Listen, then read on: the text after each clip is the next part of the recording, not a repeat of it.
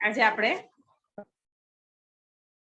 ભગવાનની કૃપાથી આપણે બધા સરસ રીતે વાંચી શકીએ 700 શ્લોક, જેનાથી જેટલા અટેન્ડ થાય એટલા કરે. કોઈને કમ્પલસરી નથી, પણ કરશો તો આજના દિવસે તમારી ગીતા 100% પૂરી થઈ જશે. અને 5000 વર્ષ પહેલા ભગવાને જે વાત કીધી અર્જુનને, એ જ વાત સ્વયં કૃષ્ણએ ફરીવાર પાછી ચૈતન્ય મહાપ્રભુના રૂપમાં આવીને આપણને પ્રેક્ટિકલી સમજાવી ગયા કે ભગવાનના જે આદેશ છે એને આપણે કઈ રીતે જીવનમાં પાલન કરવું જોઈએ. તો આજે આપણે 700 શ્લોક વાંચીશું. એમાંથી એટલીસ્ટ 7 શ્લોક પણ જો આપણે આપણા જીવનમાં ઉતારવાની કોશિશ કરીશું તો 100% આપણું જીવન સફળ થશે. આપણે બધા ભગવદ ગીતા શરૂ કરીએ. બધા લોકોને કીધેલું છે કે એક એક અધ્યાય કેવી રીતે આપણે વાંચવા. તો એક અધ્યાય પૂરો થાય પછી તરત જ એ વ્યક્તિ જેનો બીજો અધ્યાય છે એ તૈયાર રહે, એના પછીના લોકો તૈયાર રહે. અને જ્યારે ગીતા વાંચતા હોય ત્યારે આપણે સાથે સાંભળી પણ શકીએ છીએ ને આપણે સાથે આપણી ગીતામાંથી એને વાંચી પણ શકીએ છીએ. પણ જે વાંચશે એનું જ ખાલી માઇક અનમ્યુટ રહેશે. તો આપણે શરૂ કરીએ. શરૂઆત કરશે મમતા. હરિબોલ મમતા. હરે કૃષ્ણ. હરે કૃષ્ણ. શરૂઆત કરતા પહેલા હું સીમાબેનને એક વખત રિક્વેસ્ટ કરીશ કે શંખનાદથી આ પ્રોગ્રામની સ્ટાર્ટિંગ કરે. હરે કૃષ્ણ. હરિબોલ. હરે કૃષ્ણ.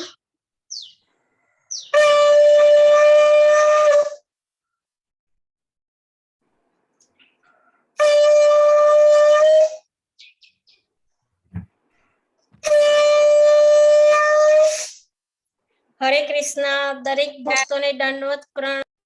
અત્યારે ખરેખર લાગે છે કે આપણે કુરુક્ષેત્રમાં પહોંચી ગયા છીએ અને ભગવાન આપણને કહી રહ્યા છે. Haribol. Thank you. Thank you. હરે કૃષ્ણ. હરે કૃષ્ણ. દરેક વડીલોને પ્રણામ. કઈ ભૂલચૂક હોય તો પહેલાથી જ ક્ષમા પ્રાર્થના. શરૂઆત કરું છું. અધ્યાય પહેલો, કુરુક્ષેત્રની યુદ્ધ ભૂમિ પર સૈન્ય નિરીક્ષણ. ધૃતરાષ્ટ્ર બોલ્યા, હે સંજય, તીર્થભૂમિ કુરુક્ષેત્રમાં યુદ્ધ કરવાની ઈચ્છાથી એકત્ર થયેલા મારા તથા પાંડુના પુત્રોએ શું કર્યું?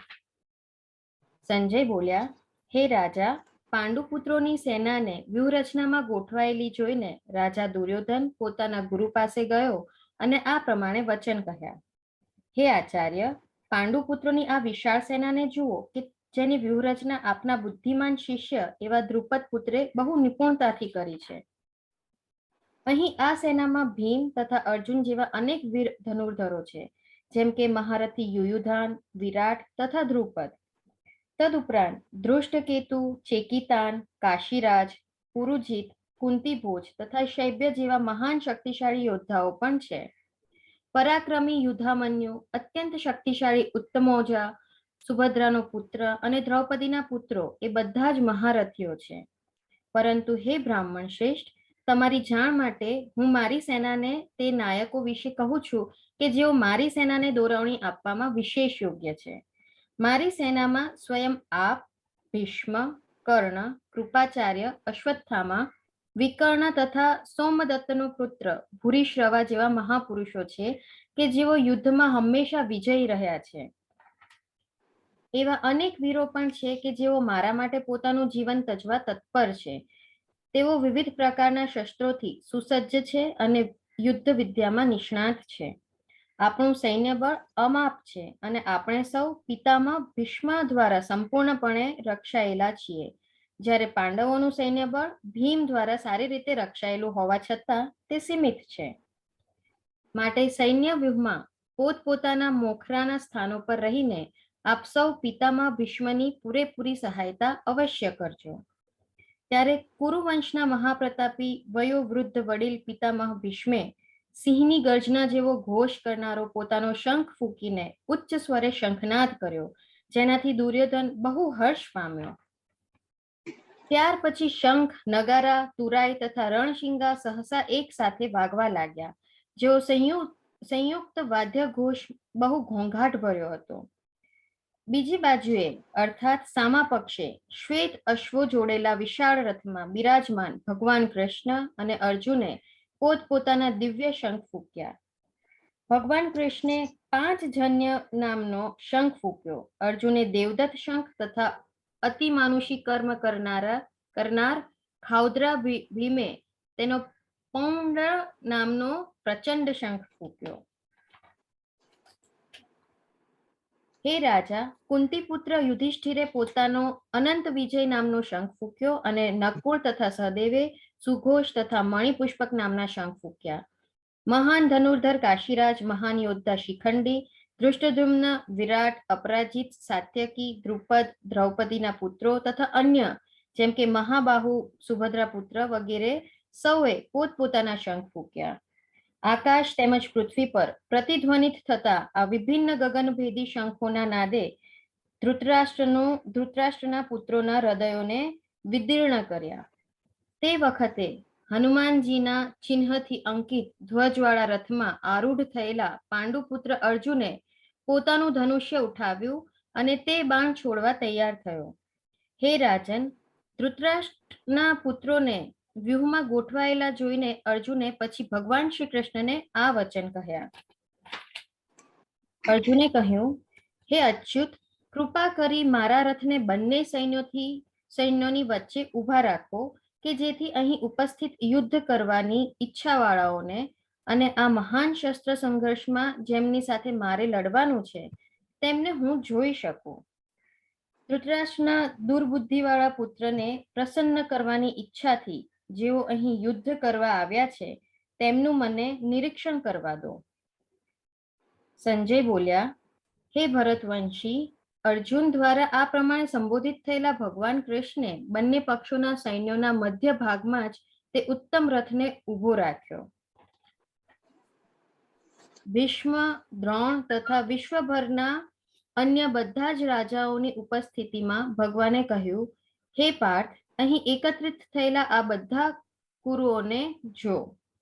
બંને પક્ષોની સેનાઓની મધ્યમાં ઉભેલા અર્જુને પોતાના કાકાઓ, દાદાઓ, આચાર્યો, મામાઓ, ભાઈઓ, પુત્રો, પૌત્રો, મિત્રો તથા સસરાઓ તેમજ શુભેચ્છકોને જોયા.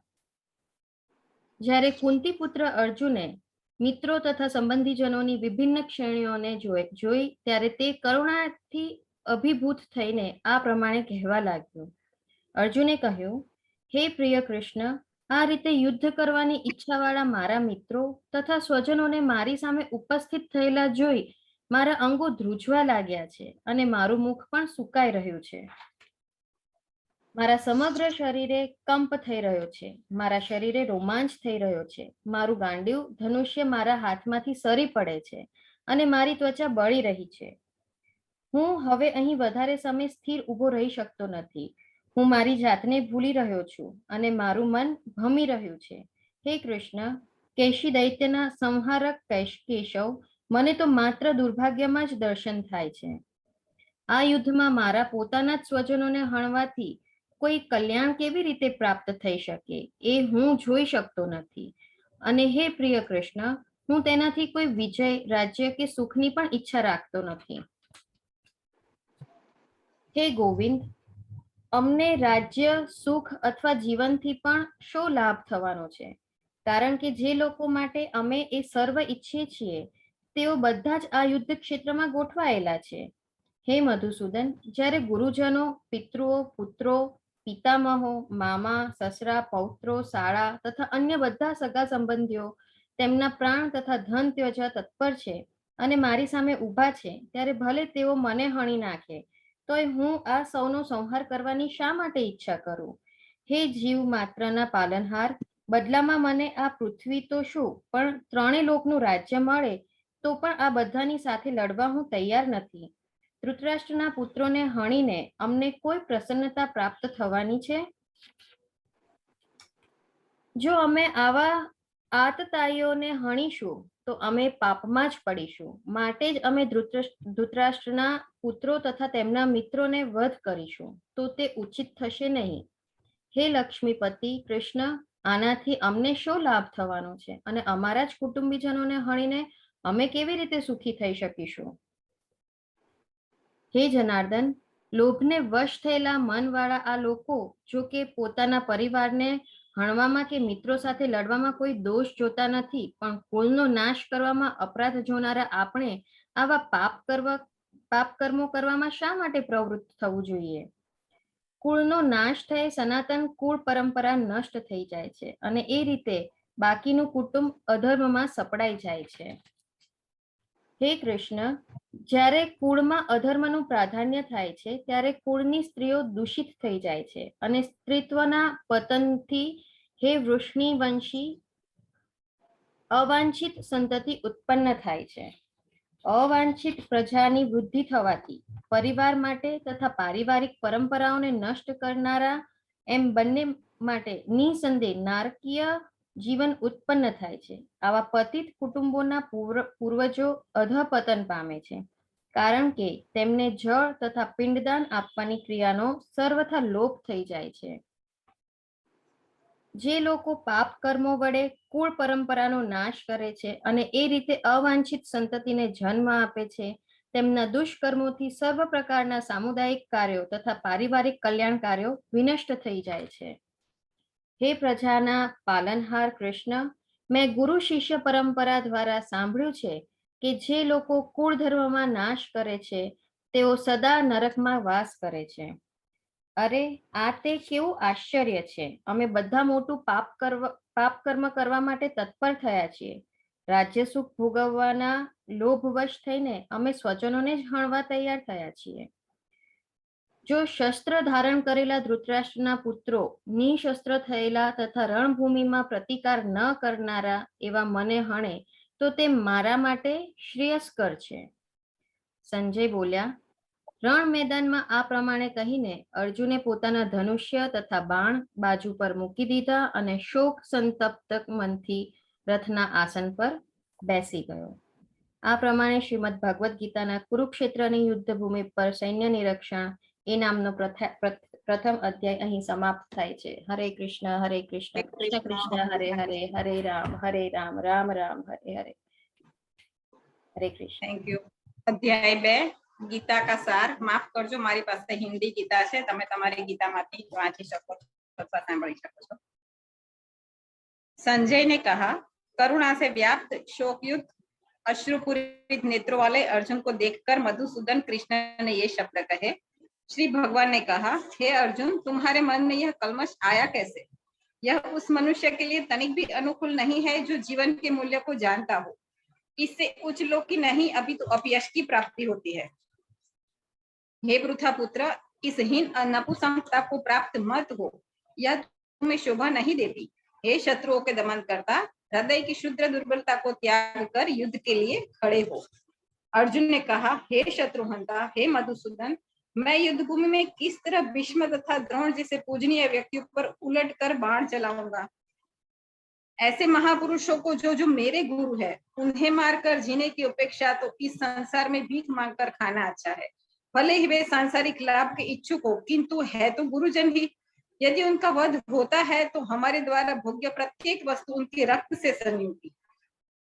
हम यह भी नहीं जानते हैं कि हमारे लिए श्रेष्ठ क्या है, उनको जीतना या उनके द्वारा जीते जाना. यदि हम धृतराष्ट्र के पुत्रों का वध कर देते हैं तो हमें जीवित रहने की आवश्यकता नहीं है, फिर भी वे युद्ध भूमि में हमारे समक्ष खड़े हैं. अब मैं अपनी कृपण दुर्बलता के कारण अपना कर्तव्य भूल गया हूँ और सारा धैर्य खो चुका हूँ. ऐसी अवस्था में मैं आपसे कुछ पूछ रहा हूँ कि जो मेरे लिए श्रेयस्कर हो उसे निश्चित रूप से बताइए. अब मैं आपका शिष्य हूँ और आपका शरणागत हूँ, कृपया मुझे उपदेश दें. मुझे ऐसा कोई साधन नहीं दिखता जो मेरी इंद्रियों को सुखाने वाले इस शोक को दूर कर सके. स्वर्ग पर देवताओं के अधिपत्य की तरह इस धन धान्य संपन्न सारी पृथ्वी पर निष्कलंक राज्य प्राप्त करके भी इस शोक को दूर नहीं कर सकूंगा. संजय ने कहा. इस प्रकार कहने के बाद शत्रुओं का दमन करने वाला अर्जुन कृष्ण से बोला, हे गोविंद, मैं युद्ध नहीं करूंगा, और चुप हो गया. हे भरतवंशी धृतराष्ट्र, उस समय दोनों सेनाओं के मध्य शोकमग्न अर्जुन से कृष्ण ने मानो हंसते हुए ये शब्द कहे.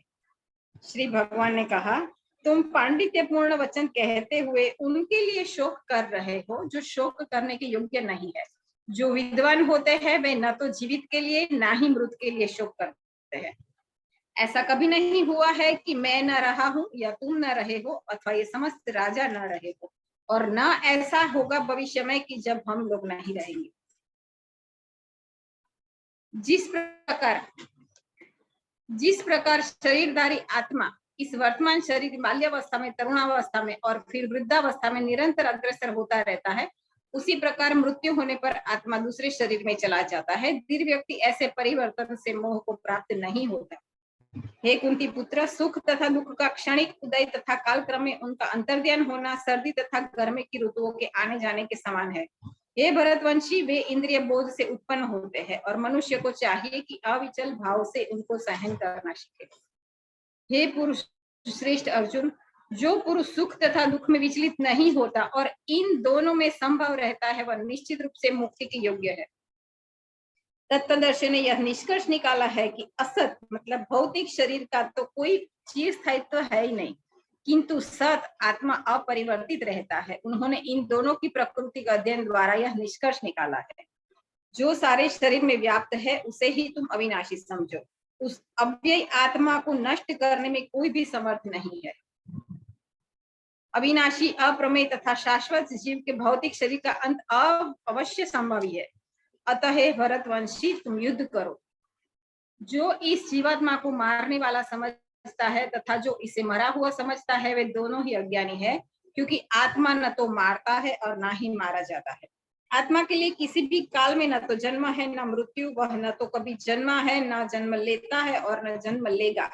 वह अजन्मा, नित्य, शाश्वत तथा पुरातन है। शरीर के मारे जाने पर वह नहीं मारा जाता।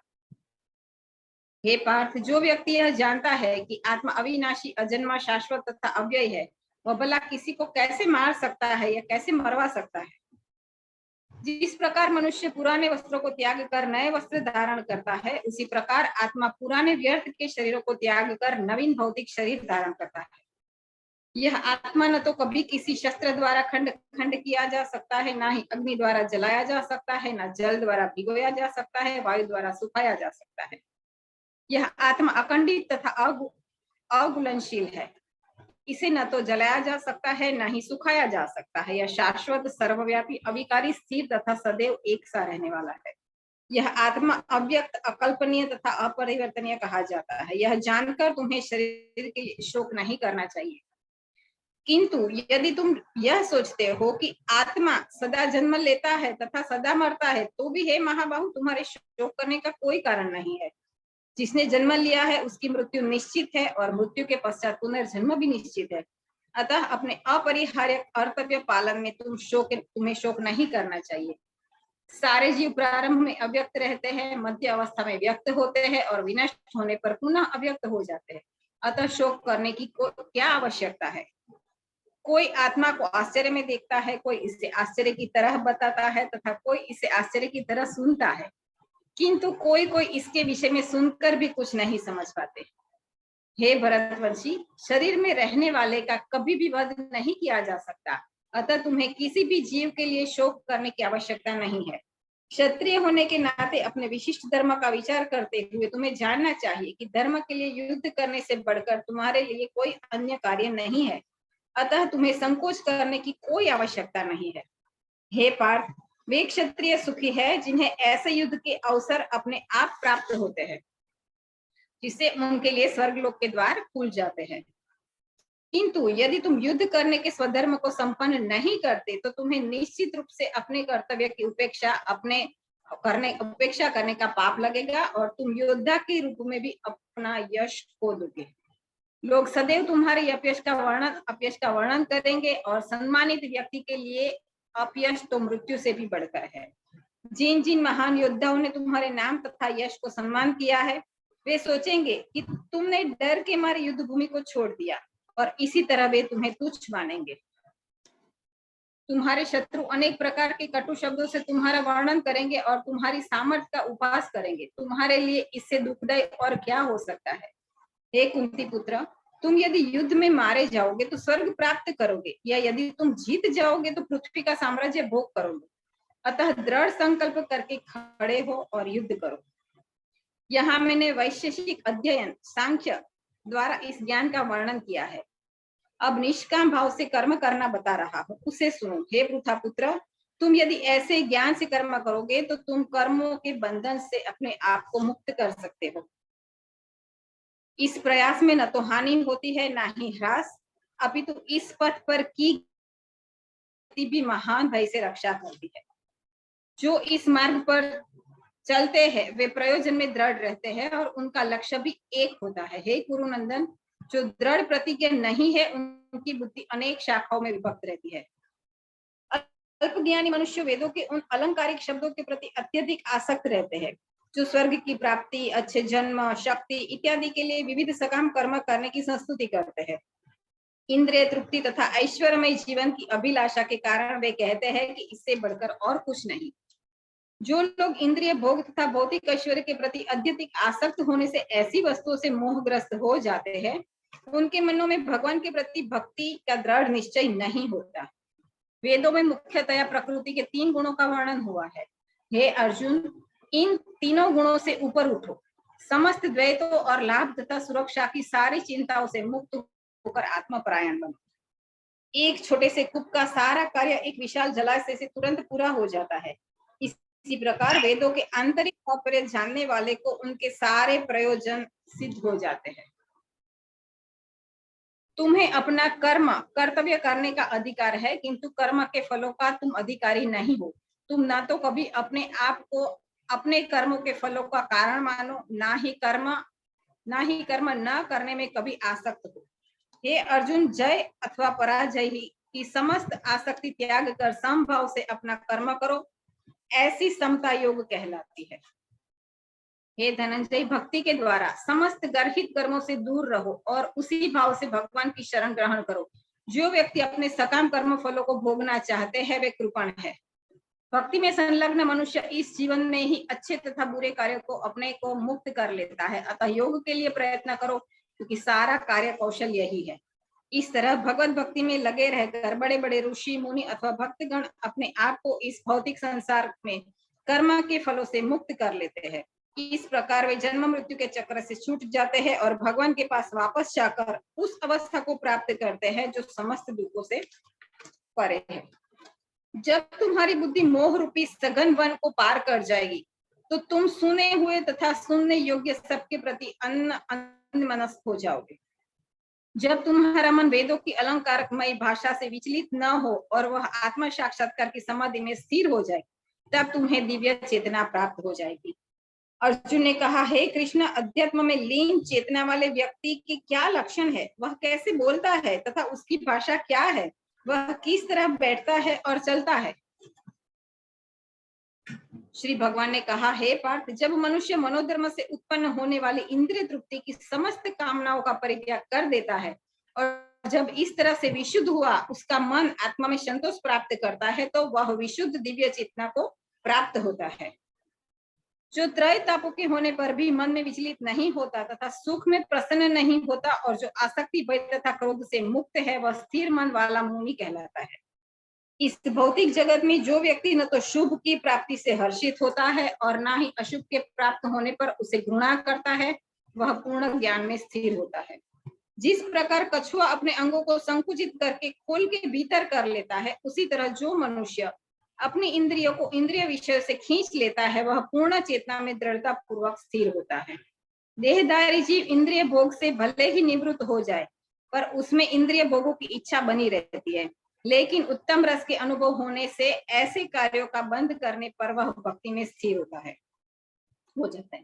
हे अर्जुन, इंद्रियां इतनी प्रबल तथा वेगवान है कि वे उस विवेकी पुरुष के मन को भी बलपूर्वक हर लेती है जो उन्हें वश में करने का प्रयत्न करता है।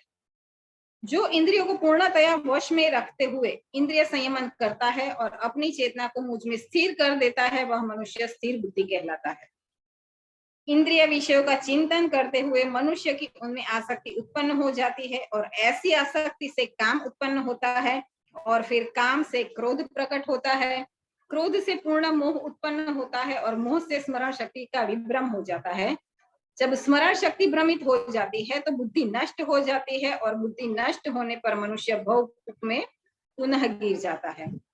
किंतु समस्त राग तथा द्वेष से मुक्त एवं अपनी इंद्रियों को संयम द्वारा वश में करने में समर्थ व्यक्ति भगवान की पूर्ण कृपा प्राप्त कर सकता है।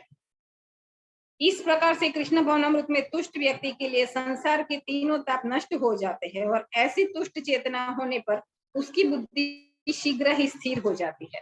जो कृष्ण भवनामृत में परमेश्वर से संबंधित नहीं है उसकी न तो बुद्धि दिव्य होती है और ना ही मन स्थिर होता है, जिसके बिना शांति की कोई संभावना नहीं है। शांति के बिना सुख हो भी कैसे सकता है। जिस प्रकार पानी में तैरती नाव को प्रचंड वायु दूर बहा ले जाती है, उसी प्रकार विचरणशील इंद्रियों में से कोई एक जिस पर मन निरंतर लगा रहता है मनुष्य की बुद्धि को हर लेती है। अतः हे महाबाहु, जिस पुरुष की इंद्रियां अपने अपने विषयों से सब प्रकार से विरत होकर उसके वश में है, उसी की बुद्धि निसंदेह स्थिर है।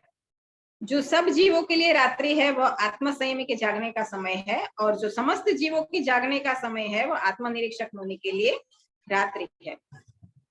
जो पुरुष समुद्र में निरंतर प्रवेश करती रहने वाली नदियों के समान इच्छाओं के निरंतर प्रवाह से विचलित नहीं होता और जो सदैव स्थिर रहता है, वही शांति प्राप्त कर सकता है। वह नहीं जो ऐसी इच्छाओं को तुष्ट करने की चेष्टा करता है। जिस व्यक्ति ने इंद्रिय तृप्ति की समस्त इच्छाओं का परित्याग कर दिया है, जो इच्छाओं से रहित रहता है, और जिसने सारी ममता त्याग दी है और अहंकार से रहित है, वही वास्तविक शांति को प्राप्त कर सकता है। यह आध्यात्मिक तथा ऐश्वर्य जीवन का पथ है, जिसे प्राप्त करके मनुष्य मोहित नहीं होता। यदि कोई जीवन के अंतिम समय में भी इस तरह स्थित हो तो वह भगवत धाम में प्रवेश कर सकता है।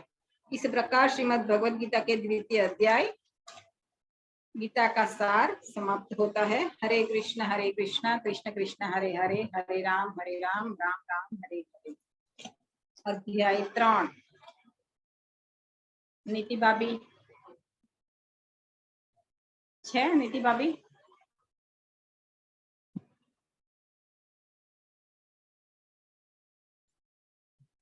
माइक में। हरे कृष्ण। अर्जुन उवाच। अर्जुने કહ્યું, જે જનાર્દન, હે કેશવ, જો તમે બુદ્ધિને સકામ કર્મ કરવા શ્રેષ્ઠ માનતા હો તો પછી તમે મને આ ઘોર યુદ્ધ કરવા શા માટે પ્રેરી રહ્યા છો? આપના દ્વિઅર્થી ઉપદેશોની મારી મતિ મૂંઝાઈ ગઈ છે, તેથી કૃપા કરી મને નિશ્ચયપૂર્વક જણાવો કે આમાંથી મારા માટે સૌથી હિતાવહ શું છે? પૂર્ણ પુરુષોત્તમ પરમેશ્વર બોલ્યા, હે નિષ્પાપ અર્જુન, મેં પૂર્વ સ્પષ્ટતા કરેલી છે. આત્મા સાક્ષાત્કાર પામવાને પ્રયત્ન કરનારા મનુષ્યોને 2 વર્ગ હોય છે. કેટલાક જ્ઞાનયોગ દ્વારા આને સમજવાનું વલણ ધરાવે છે અને બીજા કેટલાક ભક્તિયોગ દ્વારા સમજે છે. મનુષ્યને કર્મનો સમૂળગો પ્રારંભ ન કરવાથી ન તો કર્મફળની મુક્તિ પ્રાપ્ત થાય છે અને ન તો કર્મ ત્યાગથી તેને પૂર્ણતા સિદ્ધ થાય છે. પ્રત્યેક વ્યક્તિને જેને ભૌતિક પ્રકૃતિથી દ્વારા મેળવેલા ગુણો અનુસાર વિવેશ થઈને કર્મ કરવું જ પડે છે. તેથી કોઈ પણ મનુષ્ય એક ક્ષણ માટે પણ કર્મ કર્યા વિના રહી શકતો નથી. જે મનુષ્ય કર્મેન્દ્રિયોને કાબુમાં રાખે છે પરંતુ મનના ઇન્દ્રિયોના વિષયોનું ચિંતન કરતો રહે છે, તે નિસંદેહ પોતાને છેતરે છે અને ઢોંગી કહેવાય છે. પરંતુ જો કોઈ નિષ્ઠાવાન મનુષ્ય કર્મેન્દ્રિયોને મન દ્વારા નિયંત્રિત કરવાનો પ્રયત્ન કરે છે અને અનાસક્ત થઈને કર્મયોગ કૃષ્ણ ભાવનામય કર્મનો પ્રારંભ કરે તો તે ઘણો ચડિયાતો છે. હું તારો નિયત કર્તવ્ય કર્મ કર, કારણ કે કર્મ નહીં કરવા કરતા કર્મ કરવું વધુ સારું છે. કામ કર્યા વિના મનુષ્ય પોતાના દેહનો નિર્વાહ પણ કરી શકતો નથી. વિષ્ણુ પ્રીત્યર્થ યજ્ઞ તરીકે કર્મ કરવું જોઈએ, અન્યથા આ ભૌતિક જગતમાં કર્મના બંધન ઉત્પન્ન થાય છે. માટે હે કૌંતેય, તું તેમની વિષ્ણુની પ્રસન્નતા અને નિયત કર્મ કર. એ રીતે તું સદા અનાસક્ત અને બંધનમાંથી મુક્ત રહીશ. સર્જનના પ્રારંભે સમસ્ત પ્રાણીઓના સ્વામીએ વિષ્ણુ માટેના યજ્ઞ સહિત મનુષ્યો તથા દેવોના વંશનું સર્જન કર્યું અને તેમને આશીર્વચન કર્યા. તમે આ યજ્ઞથી સુખી રહો, કારણ કે એ કરવાથી તમને સુખપૂર્વક રહેવા અને મુક્ત પામવા માટે સર્વ ઈચ્છિત વસ્તુઓ પ્રાપ્ત થઈ શકશે.